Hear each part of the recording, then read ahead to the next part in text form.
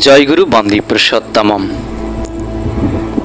পরম প্রেমময় শ্রী শ্রী ঠাকুর অনুকূল চন্দ্র সুশীল দাকে এই জাতিস্বর গবেষণার জন্য অনুমতি দিয়েছিল।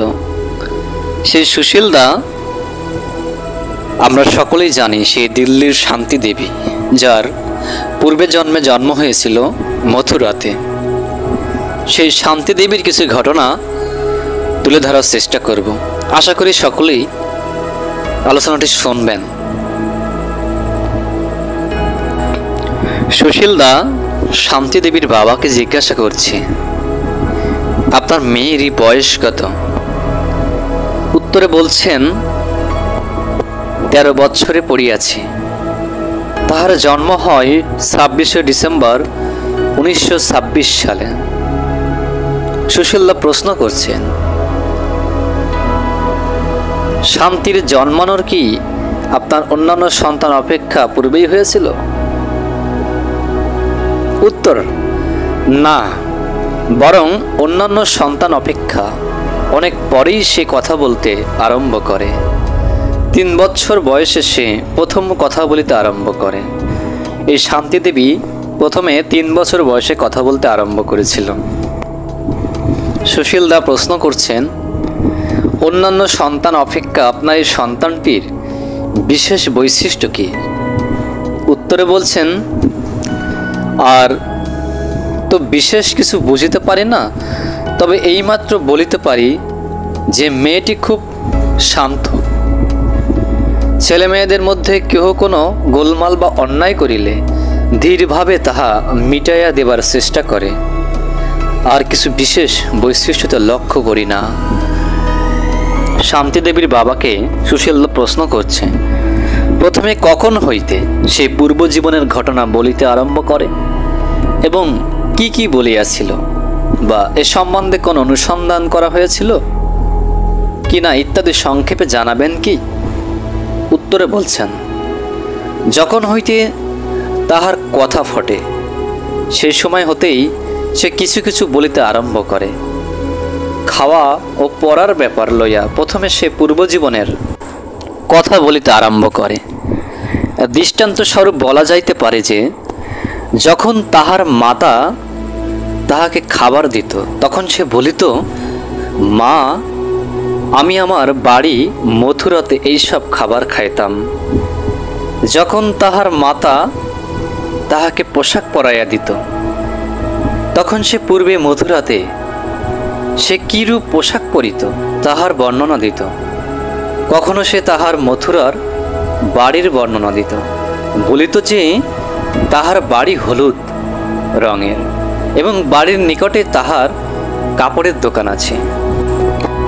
শান্তির বাবা বলছেন, প্রথমে আমরা বালিকার এইসব কথাই তেমন মনোযোগ দেয়নি, উহার উপর কোনো গুরুত্ব আরোপ করি নাই, কিন্তু বালিকা মধ্য মধ্য প্রায়ই বলিত যে সে মথুরাতে ছিল ও মথুরার নানা স্থানে তাহার পূর্বজীবনের আত্মীয় স্বজনের কথা বলিত। আমরা তখনও ভাবিতাম যে কিছু বয়স বেশি হইলেই সে এইসব বিস্মিত হইবে এবং তাহাকে এইসব কথা বলিতে নিষেধ করিতাম। কারণ আমাদের দেশে এরূপ সংস্কার আছে যে, যেসব ছেলেমেয়েরা এইরূপ পূর্বজীবনের ঘটনা বলতে পারে তাহা যদি সত্য হয় তবে সেই সন্তান দীর্ঘজীবী হয় না। কিন্তু বালিকা আমাদের কথাই বা উপদেশে কর্ণপাত না করিয়া নিজের খেয়াল খুশি মতো সময়ে সময়ে তাহার পূর্বজীবনের কথা বলিয়া যাইত। মধ্যমধ্য আমার নিকট যে মথুরা যাইবার কথা বলিত এবং পাড়াপড়শিরা আমাদের বাড়িতে আসিলে তাহাদের নিকটেও এইরূপ ইচ্ছা প্রকাশ করিত। 8 বছর বয়স পর্যন্ত বালিকা শান্তি তাহার পূর্বজীবনের স্বামীর নাম আমাদের নিকট প্রকাশ করে নাই। তাহার পূর্বজীবনের স্বামীর নাম জিজ্ঞাসা করিলে তাহার নাম উচ্চারণ না করিয়া বলিত যে তাহাকে দেখিলেই সে চিনিতে পারিবে। অবশ্য স্বামীর নাম মুখে প্রকাশ না করাই সাধারণত হিন্দু সমাজের রীতি।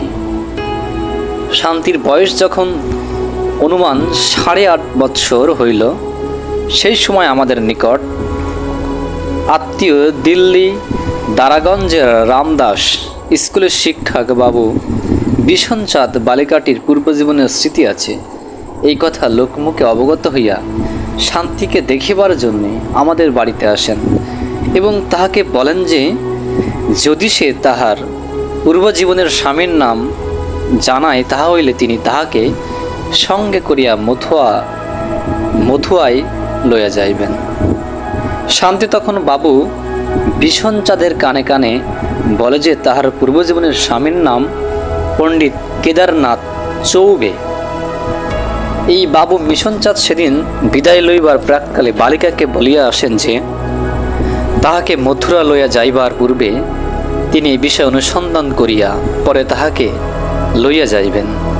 ইহার পরে বাবু বিশনচাঁদ যখনই আমাদের বাড়ি আসিতেন তার অনুসন্ধানের ফল কি হইল তাহা জানিবার জন্য শান্তি খুব আগ্রহ প্রকাশ করিত, কিন্তু আমাদের বা বাবু বিশনচাঁদের বালিকার পূর্বজীবনের স্বামীর বা তাহার গৃহাদি সম্বন্ধে অনুসন্ধান করিবার কোনো উৎসুকই ছিল না। আমরা বালিকাকে ভুলাইয়া রাখিবার চেষ্টা করিতাম মাত্র। শান্তিদেবীকে প্রশ্ন করা হচ্ছে, তুমি মথুরার বাড়ির এমন কোনো বর্ণনা দিতে পারো কিনা যাহাতে আমি বুঝিতে পারি তুমি সত্যিই সেই বাড়িতে ছিলে? উত্তরে বলছেন, আমাদের বাড়ির ভেতর আঙিনার এক কোণে একটি কুয়া আছে। আমি প্রায়ই সেই কুয়ার পাশে পাথরের উপর বসিয়া স্নান করিতাম। প্রশ্ন হচ্ছে, তুমি তোমার পুত্র এই বালককে কি প্রকারে চিনিলে? তোমার পূর্বজীবনের মৃত্যুর সময় এই বালক 10 দিনের শিশু মাত্র ছিল এবং তুমি সেই শিশুটিকে জন্মিবার পর একবার মাত্র দেখিয়াছিলে। উত্তরে বলছেন, ও আমার প্রাণী প্রাণকে চিনিয়া লইয়াছে।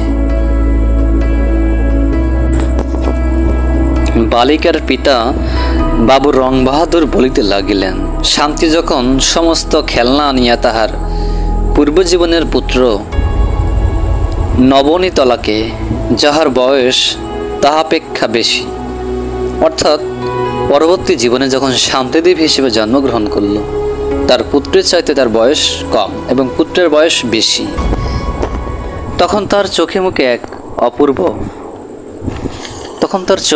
এক অপূর্ব বাৎসল্য ভাবের প্রকাশ দেখা গেল। তাহার তখনকার ভাব দেখিয়া সে যে 9 বৎসরের বালিকা তাহা মনে হইল না। মনে হইল সে যেন সেই সীমায় পৌঁছাই গেছে। বাৎসল্য প্রেমে আবিষ্ট হইয়া সেই সময় সে প্রেমস্ত্র বিসর্জন করিতে লাগিল এবং মাঝে মাঝে ফুপায়া ফুপায়া কাঁদিতে লাগিল। এই দৃশ্য দেখিয়া সময়বেত স্ত্রী পুরুষ সকলেরই ভাবাবেগে অশ্রু কষ্টকর হইয়াছিল। বালিকার এই অবস্থা দেখিয়া পণ্ডিত কেদারনাথ বালিকাকে শান্ত করিবার জন্যে বাহিরে বেড়াইতে লইয়া যাইবার কথা বলিলেন। তদনুসারে আমি চৌবেজি, নবনীতলাল ও শান্তি এই 4 জনে একখানা টাঙ্গাই করিয়া বেড়াইতে বাইর হইলাম। বেড়াইয়া বাড়ি ফিরিতে অনেক দেরি হয়ে গেল। ফিরিবার পথে বড় রাস্তায় নামিয়া শান্তি নবনীতলার সঙ্গে হাত ধরাধরি করিয়া চলিতে লাগিল। এই নবনীতলা হচ্ছেন সে শান্তিদেবীর আগের জীবনের সন্তান। আমরা তাহাদের পেছনে পেছনে আসিতে লাগিলাম। সেদিন সন্ধ্যায় শান্তিকে খুবই উৎফুল্ল দেখা গিয়েছিল। বেড়াইয়া বাড়ি ফিরিয়া আসিতে অনেক দেরি হইয়াছিল, তাই শান্তি বাড়িতে আসিয়া চৌবেজি ও তাহার পুত্রের জন্যে দুধ আনাইতে বলিল।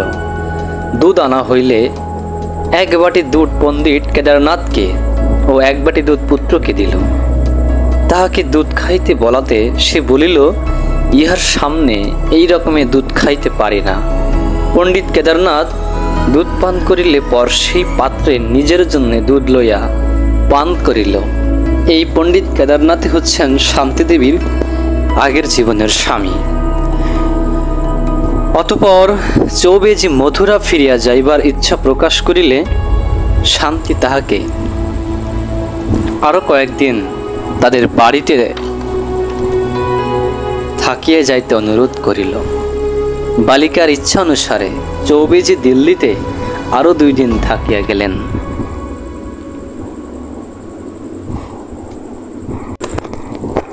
পণ্ডিত কেদারনাথ চৌবের বর্তমান স্ত্রী যে সব অলঙ্কার পরিধান করিয়াছিলেন, তাহার মধ্যে কোনো অলঙ্কার সে পূর্বে পরিধান করিত, তাহাও শান্তি দেখাইয়া দেয়। অর্থাৎ এই পণ্ডিত কেদারনাথ হচ্ছেন যে শান্তি দেবীর আগের জীবনের স্বামী।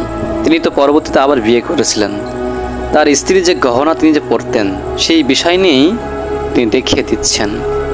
15 নভেম্বর 1935 সন্ধ্যায় পণ্ডিত কেদারনাথ স্ত্রী পুত্র সহ মথুরা ফিরিয়া যাইবেন কথা হইল। শান্তি তাহা শুনিয়া তাহাদের সঙ্গে মথুরায় যাইবার জন্য ব্যগ্র হইয়া উঠিল এবং বারবার সকলকে বলিতে লাগিল যেন তাহাকে তাহাদের সঙ্গে মথুরায় যাইতে দেওয়া হয়।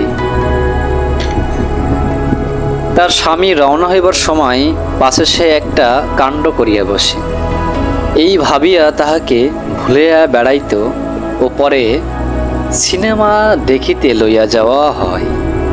চৌবেজি ও তাহার পুত্রের সহিত দেখা হইবার পূর্বেই শান্তি প্রায় মথুরা যাইবার কথা বলিত।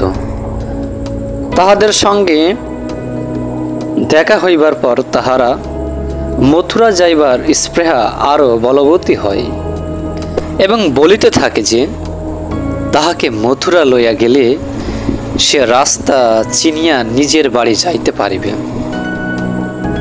সে মথুরার সুপ্রসিদ্ধ বিশ্রামঘাট ও দ্বারিকাধীশের মন্দিরের বর্ণনা দেয় এবং তাহার পূর্বজীবনের স্বামী পণ্ডিত কেদারনাথের বাড়ি রেল স্টেশনে নামিয়া যে রাস্তা দিয়ে যাইতে হয় তাহাও বলে দেয় এবং মথুরার সুপ্রসিদ্ধ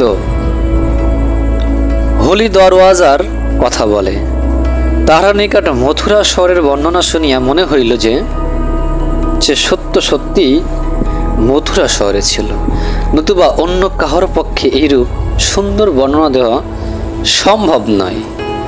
ঘটনার পরিপ্রেক্ষিতে বলে রাখা যায়, শান্তি দেবীর বয়স যখন 9 বৎসর তখনই কিন্তু এই ঘটনাগুলো ঘটেছিল।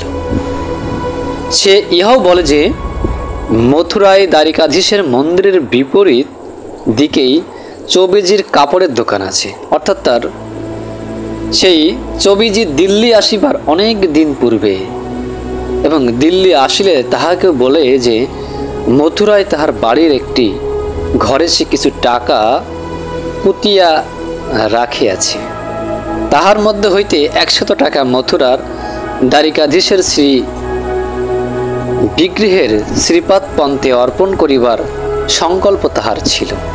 অর্থাৎ তার বাড়ির ভিতর একটি ঘরের মধ্যে সে কিছু টাকা পুঁতে রেখেছিল শান্তি দেবী আগের জীবনে।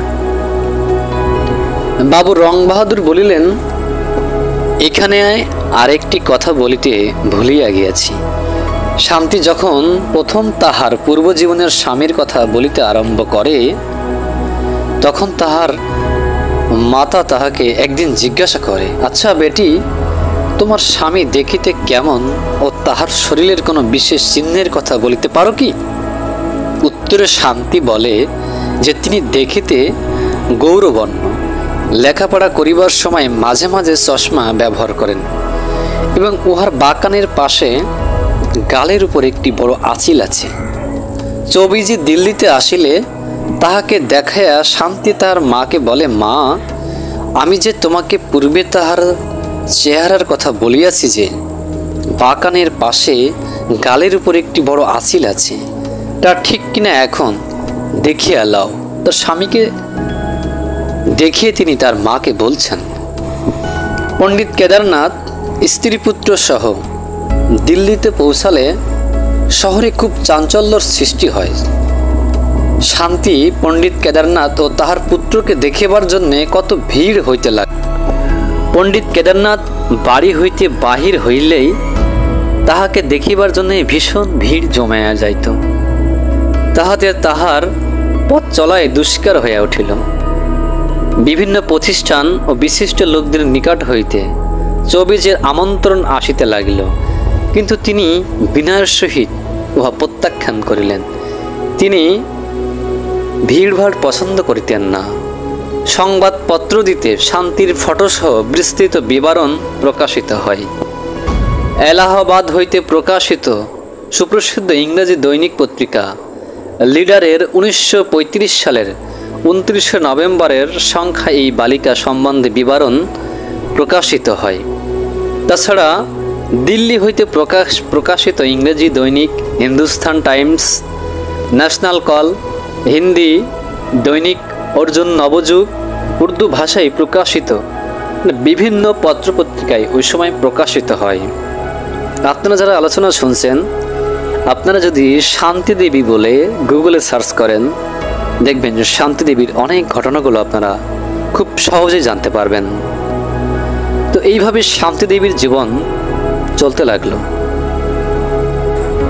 আমাদের সকলেরই মধ্যমণি এবং পরমপুরুষ শ্রী শ্রী ঠাকুর অনুকূল চন্দ্রের এক অন্যতম ভক্ত সুশীল চন্দ্র বসু, যিনি ঠাকুরের কথা মতোই জাতিস্বর বিষয় নিয়ে গবেষণা করেছিল। সেই গবেষণারই ফলশ্রুতিতে বেরিয়ে আসে এই শান্তি দেবী, যিনি পূর্বের জীবনে তার যে জন্মের যে ইতিহাস, তিনি কিভাবে কি করেছিল, সেইগুলোই এই ঘটনার পরিপ্রেক্ষিতে বেরিয়ে এসেছে। তিনি 3 বছর বয়স থেকে তিনি কথা বলতে আরম্ভ করে এবং তার যে ভাই বোনগুলো ছিল, সেই ভাই বোনের সঙ্গে কিন্তু শান্তি দেবীর কোনো মিল ছিল না।